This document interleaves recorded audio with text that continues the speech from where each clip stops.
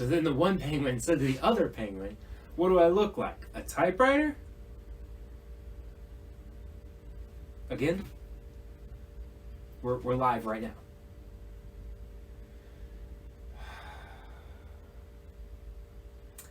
Welcome back to Sunshine Island Online in our new series, Breaking News.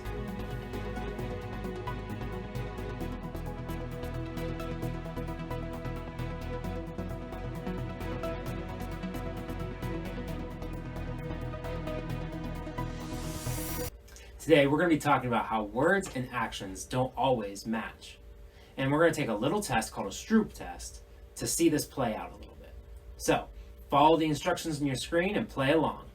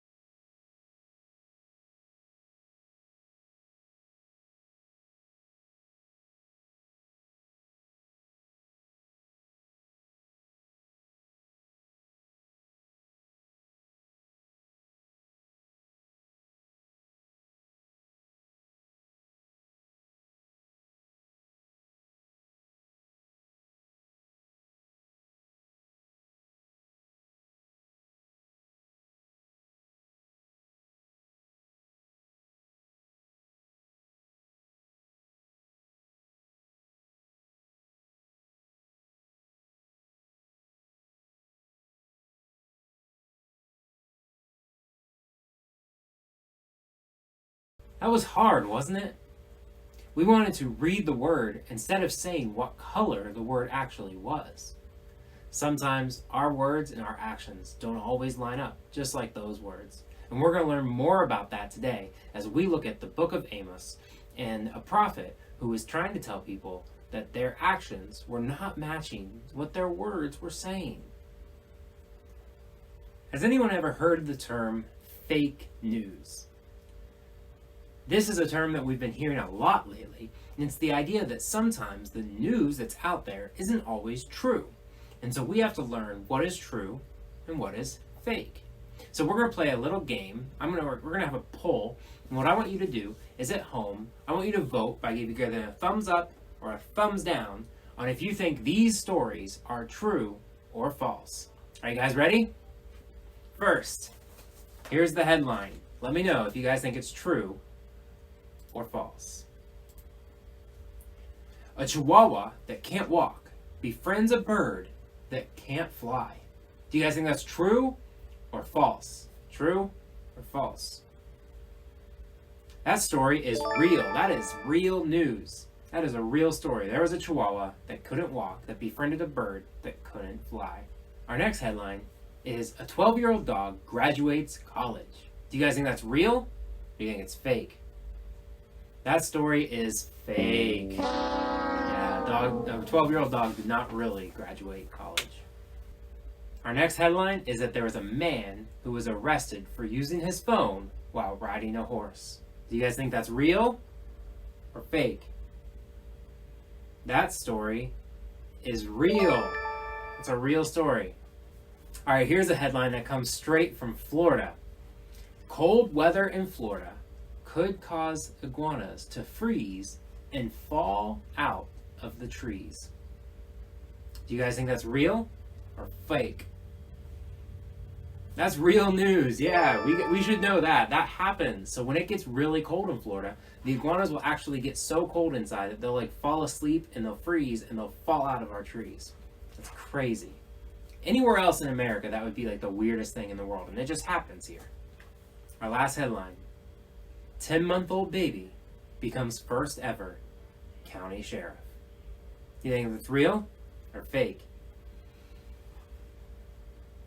That story is fake. That's not real.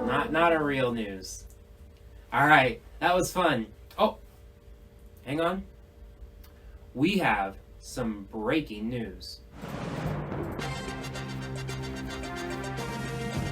Our big idea for this week is when I worship God, I can be sincere. What does sincere mean? I mean, how could you worship God and not be sincere? Let's go to Carl to find out more about what it means to worship God and to be sincere while we're doing it. This just in. My name is Carl, and you are my little chicken nuggets. And today, it's going to be a great day. Welcome to Grow TV! Hosted by Carl, where we have fun with our friends, talk about Jesus, and go over everything the Bible has to offer. Now once again, welcome to Grow TV! Hey there, kiddos. So glad you tuned in today. We have a lot to talk about. But first, I want to go over something that's very exciting. Do you know how many words there are out there? I mean, there's literally hundreds and thousands of words out there in the universe. And we don't even use half of them or even know about them. Don't believe me? Let's play a game called What's That Word? I'll read a word aloud, and you have to guess what it means. Ready? Let's get it. The first word is bumfuzzle. Bum. Okay. This sounds like a word we would describe if we sat down on a chair too hard. Or maybe the funny last name of a football player. Let's see what it actually means. Bumfuzzle, to be flustered, confused, or perplexed. Ha! How cool is that? I get bumfuzzled all the time. Our next word is gardyloo. Man, that's a fun one. If I were to guess what this word was, I would say it's either a city in England, the feeling you get when you're picked first in a game, or the name of a group of flamingos. Let's see what gardyloo actually means. Gardyloo is a Scottish phrase one would yell out the window before throwing their old slop out. Could you imagine just walking down the road and all of a sudden you hear gardyloo and you look up and you see 4-week-old haggis and mashed potatoes. Gardyloo is a Scottish phrase one would yell out the window. All right, before throwing their old slop out. This word isn't as funny. What? I read it this morning and it drove me crazy trying to figure out what it meant. The word is sincere. Sincere. Now, when I first read it, I jumped back in my chair because I figured it had to be a bad word, considering the word starts off with the word sin. You see, I don't know if this word is a good word, a bad word, or a funny word like bumfuzzle. I just don't know. Hey, Carl. Hey, Cassie. How's it going? Pretty good. What are y'all up to? Well, we're trying to figure out what this word means. What word is that? Sincere, because I'm 130% certain that it is a bad word. I can assure you it's not. Cassie, it has the word sin in it. How do you explain that? Well, I guess I can't, but the word means to be honest and genuine. Could you use that in a sentence? All right. When Amos was talking in Amos chapter 5... Oh. I still don't get it. You see, in that time, Amos was a prophet, and the people of Israel weren't loving and worshiping God like they were supposed to. They weren't? How so? They probably thought they were worshiping God in the right way because they sang songs of praise and gave offerings to God. Is that not worship? I mean, of course that's not. Why don't you go ahead and explain to everybody why that would not be worship per se? Well, it is worship, but in their case, it wasn't real. The people in Amos's day would worship God and say how much they love God, but then their lives didn't show that they love God at all. Oh, I see what you mean. Because worship isn't about what we just say, it's about what we do. Yeah, exactly.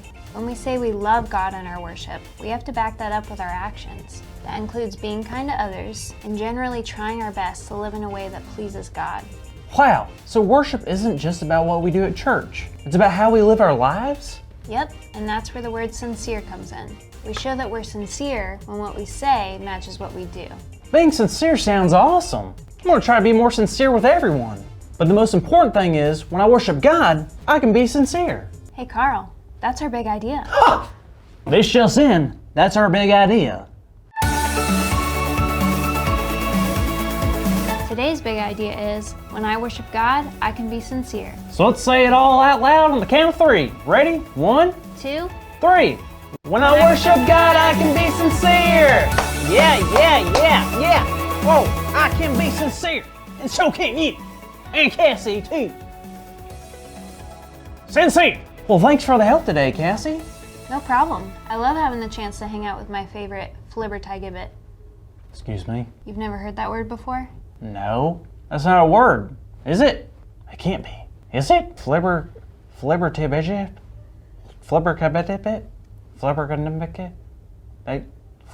Flibbertigibbet? Thanks for watching, kids. See you next week. Flubbertubby-cubbit. Thank you for watching, and tune in next week for a new episode of Pro TV. All right, everybody, let's take just a minute to work on our memory verse. 1 Corinthians 16:13. Be on your guard. Stand firm in the faith. Be courageous. Be strong. Be on your guard. Stand firm in the faith. Be courageous. Be strong. All right, guys, that's all for today. We miss you. We hope you're all doing well. Have a great week, and we'll see you soon. Bye.